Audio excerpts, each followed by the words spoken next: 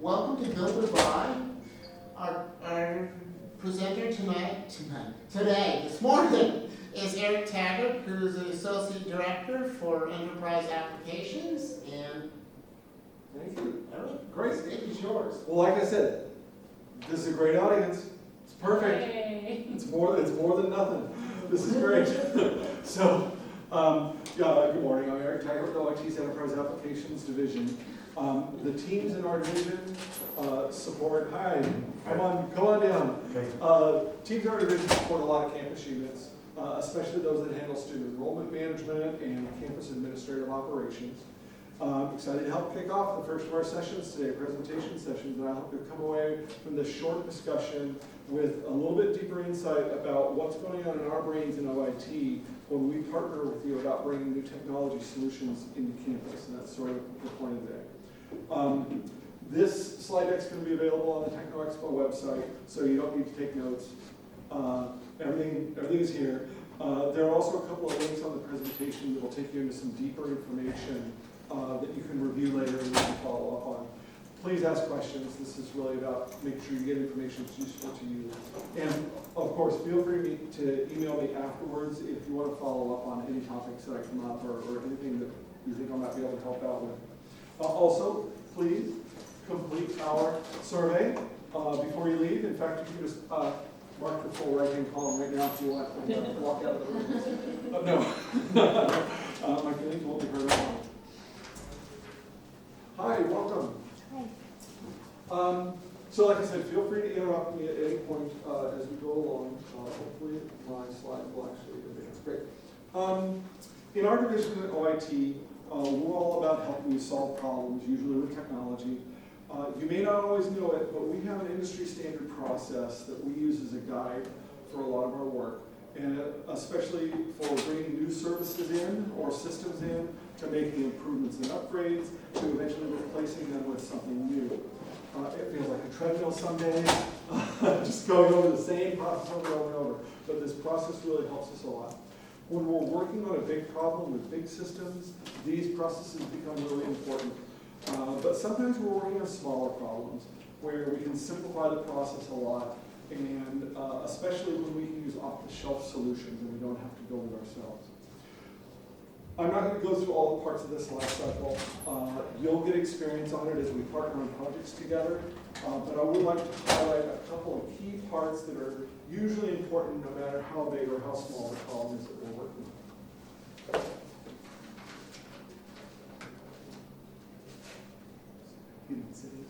I've also seen this though said as, I can spend 40 minutes defining a problem, 15 minutes planning it, and then 5 minutes actually doing it. But I think you get the general point that it's really important to plan. The first and most important step is that we need to make sure we can define and articulate whatever is the problem that we're seeking to address for some solution. The state of California and UC are now requiring that on all major projects, they require that we have a clear problem definition that's separated from our solution selection decision and from the implementation. UCI's internal audit has recently completed a review of cloud computing services, and from that recent review, there may be some structural process changes so a more orderly path is followed to ensure the university's interests are maintained, especially as we bring on vendor solutions. We all know this is important in terms of planning and defining our problem, but we also know it's way more fun to just jump right in and start solving a problem when we feel it's sort of the right call and we know what to do.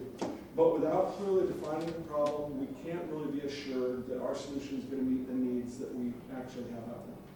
When we see a new opportunity to leverage and we really just know it's the right thing to do and we want to jump right in, it's even more important that we understand and define the context for why it's the right thing to do. So a lot of times people say, there's this thing out there, everyone else is doing it, I know this is right for us to be doing. That's great, we love that. What we can do is turn that around a little bit and say, let's make sure that we understand the problem that's aimed at solving, so that when we implement it, we really get the kind of solution we need, rather than just bringing in some technology and saying, it's now available for everybody to use, they'll just come and use it. That often doesn't work out right. So clearly articulating the context for solutions, we're able to make a stronger business case for securing the needed resources of time, effort, money, and political capital from our sponsors. And as we're going to talk about in a second, all of our projects have sponsors. So as we go down this analogy a little bit further, we can talk more about what's in these first 55 minutes. DFA, Division of Finance and Administration, and a number of other units on campus are now requiring a written project request signed by the lead of the sponsoring unit before we work on developing project proposals. So you'll notice one thing I haven't said is I'm not talking about IT projects. We rarely have IT projects. We have projects that have IT components. They're almost always, especially in my division, the projects that we work with, that we collaborate with them, are really about solving their business challenges. And so they're not about the IT. The project request identifies the challenge to be solved or the opportunity to be leveraged, including a high-level business case for why it's important. Again, there can be a pause at this point oftentimes. There's then a project proposal that describes the general solution, but it doesn't necessarily say exactly how we're going to implement it. A lot of times that needs more planning and more details to figure out what it's going to take. The project charter then is written after we know the problem, the solution we want to implement, and it lays out a high-level picture of the problem, the solution, and what we're expecting it's going to take to actually make it all happen. And that charter, once that's in place, that's when the detailed planning, the implementation, and all of the other work from that systems development lifecycle come into play. What are some examples of those bigger projects that have IT components? Well, so the one that's, so you see PATH would be a big one. Very significant. Now, of course, that's a system-wide project. We have some new things that we're talking about. We're talking about implementing the, what they're calling the full stack Jagger procurement system. So we currently use a little slice of the Jagger SiteQuest UCI buy system, but we're talking about implementing the full suite to get more catalog buying across campus. And it involves a lot of IT work, but it also involves a lot of change in organizational management change across the campus for making sure that people know the service available, they know how to use it. It's going to be a big transition in how they conduct their business. Of course, it's all powered by a vendor-hosted solution that we're now going to leverage even more so that you'll actually start your work in Jagger and end with a KFS requisition and PO process that goes on. So that's just one example. But lots and lots of examples.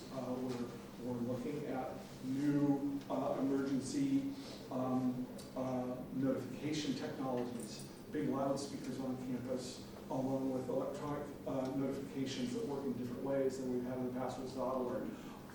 Every project we deal with really has this aspect of going through this request, proposal, and charter process. So we have hundreds of projects that we're at various stages of executing. And this is a big change. This is a big cultural change across campus. A lot of times for the past, we've just been jumping right into projects and doing them. And we have so many factors now that are sort of pushing us to take a little bit more deliberate process and make sure that these go a long way. So with each of these steps, they can be done relatively quick for smaller needs, but they can take a lot of time for bigger problems and bigger solutions. We often seek to pause after each step and make sure our sponsors and stakeholders are okay with moving forward. So on some of the bigger projects, they actually have to have some formal reviews and sign-offs before they let a project proceed. Let's see. I just repeated myself. I don't know. So I said a little bit ago, systems development lifecycle. It's sort of this overall guiding process that we have that we use, the SDLC. But nowadays, we don't always develop new systems to solve problems. For many problems, we need to make a buy, build, rent decision, usually between the project request and project proposal stage. And we have a lot of options. For the rest of this presentation, I'm actually going to focus a lot on this idea of renting.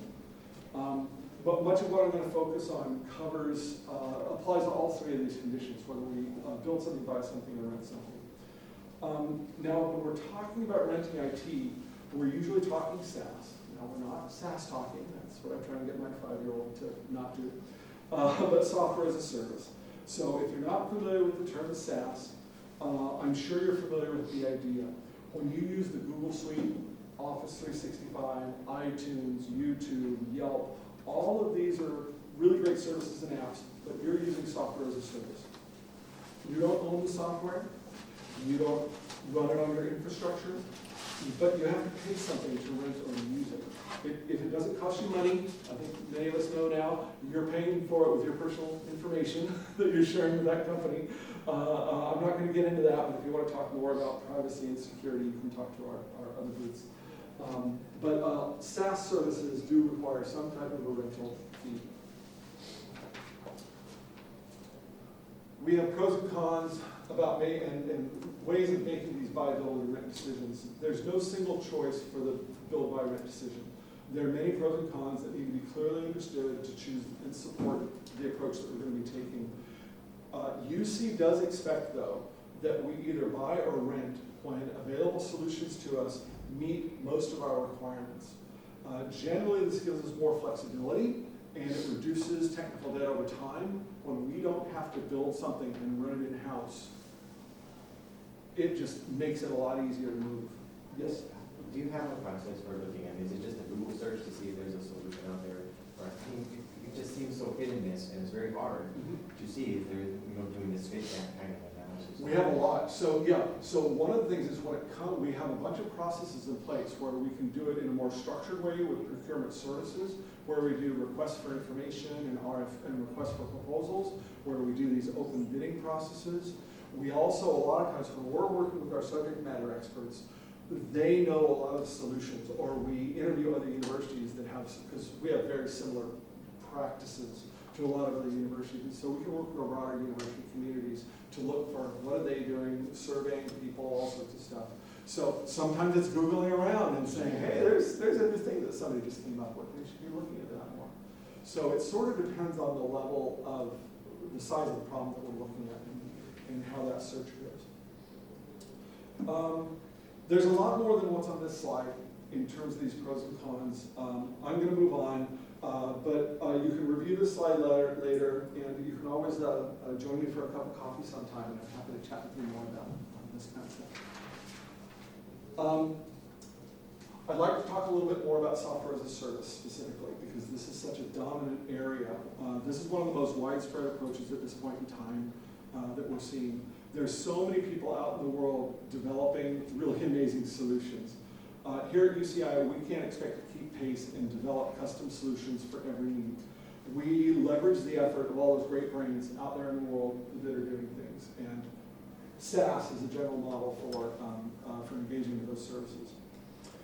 SaaS offerings may represent existing services that we can rent and start using, but it's also a model for new services. We've been working with certain vendors about, I need something new that is kind of custom, but if I can talk that vendor into producing it as a SaaS service, a lot of weight comes off the university's back, and we can often get a lot more agile response to services, to conducting our business. They may be vendor hosted or cloud services. There's sort of an idea of pure SaaS versus hybrid SaaS, which is all about who owns and operates the software in terms of the intellectual property of it. SaaS doesn't mean no IT, it just means different IT. It's all still the university's business and the university's data, and it has to be protected and secured. People have traditionally felt like, oh, if it's on-premise, we hold it, we touch it, of course it's secure. And they think, well, if I go and use this SaaS service, I don't have to worry about it. It's like, no. If you're holding the university's data, even if it's not restricted data or sensitive data, it's still the university's information. And we have a fiduciary responsibility and other responsibilities, public trust, to really keep that safe and appropriate.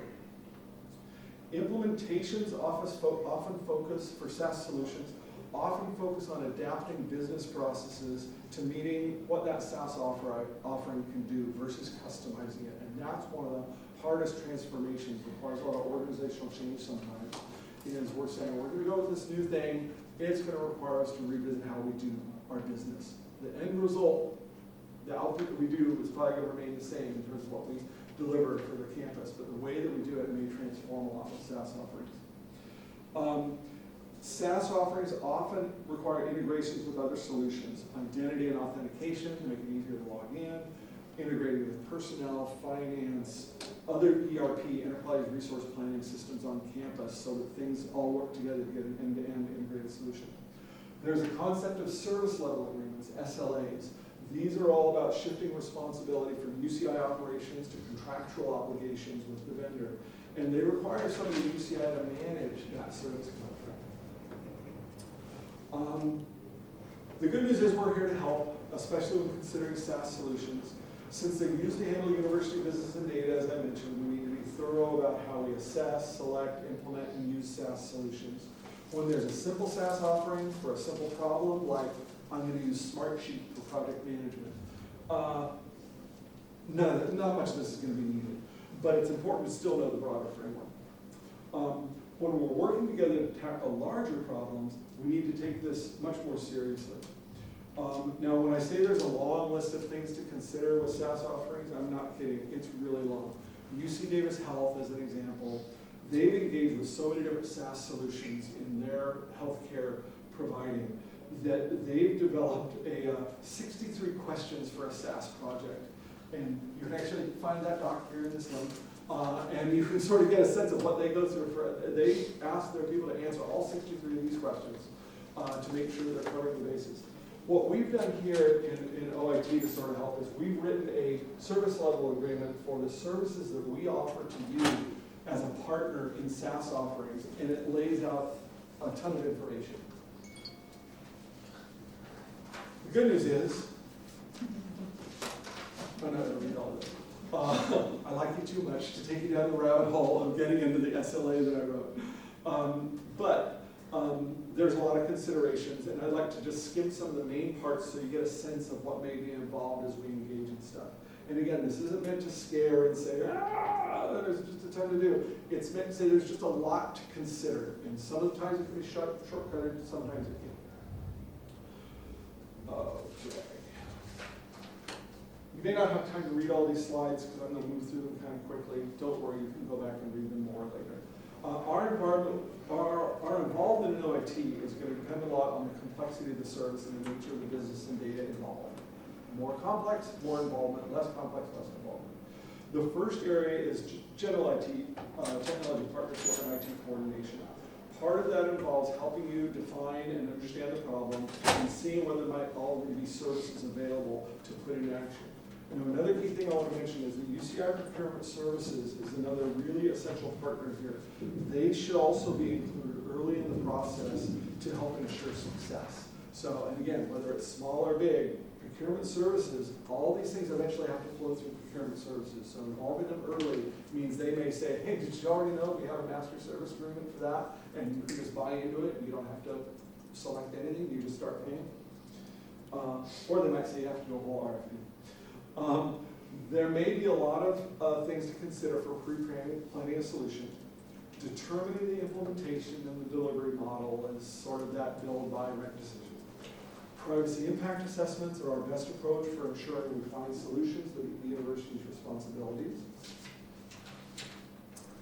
We help with, as I mentioned before, we do requests for information, requests for proposals through procurement services. They're generally used for larger acquisitions, or when there are multiple competitive options and we have to make sure we do an open bid on them. In the unusual scenario when we're going to ask a vendor to build a new service for us, there's a whole lot of other things to consider that I'm not going to go into, but there's more depth there. We conduct technology assessments of SaaS offerings across a whole bunch of dimensions. There's a lot to consider, and there's even more to consider. So 2 slides worth of things that we have to consider when we're looking at SaaS solutions. And again, it depends on how complex the business is that we're conducting. We conduct information security risk assessments as well to ensure the university's interests, data, and assets are protected. You have 5 minutes. Thank you. We work with procurement services to help on the contracting side to make sure that the technology services are effective and cover everything that's needed. And there's 2 slides with stuff on contract negotiations. We also collaborate to ensure that any use of vendor professional services, contractors, is successful, because there can be a lot of coordination work involved there. And most importantly, OIT has a range of services that can be integrated, such as single sign-on for username and password with PCI, email integration, lots more. Some of the biggest SaaS projects end up with extensive process and data integration so that we can connect these SaaS solutions back to our other campus systems. And when a SaaS offering can't do something critical, it means 75%, but not all of what we need. A lot of times we can focus on developing just a custom thing for one thing that you need it to do and then integrate it with the broader solution. We help ensure production support from the vendors is appropriate. That's sort of the extent of it. There's a lot more detail in these slides you can go into, the wiki page that I referenced earlier, but that's pretty much it. It's not much to consider.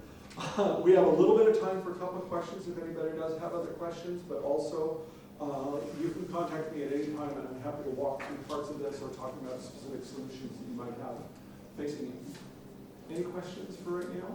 What kind of backlog do you have? What does it look like? In terms of projects, we have an extensive backlog depending on the areas.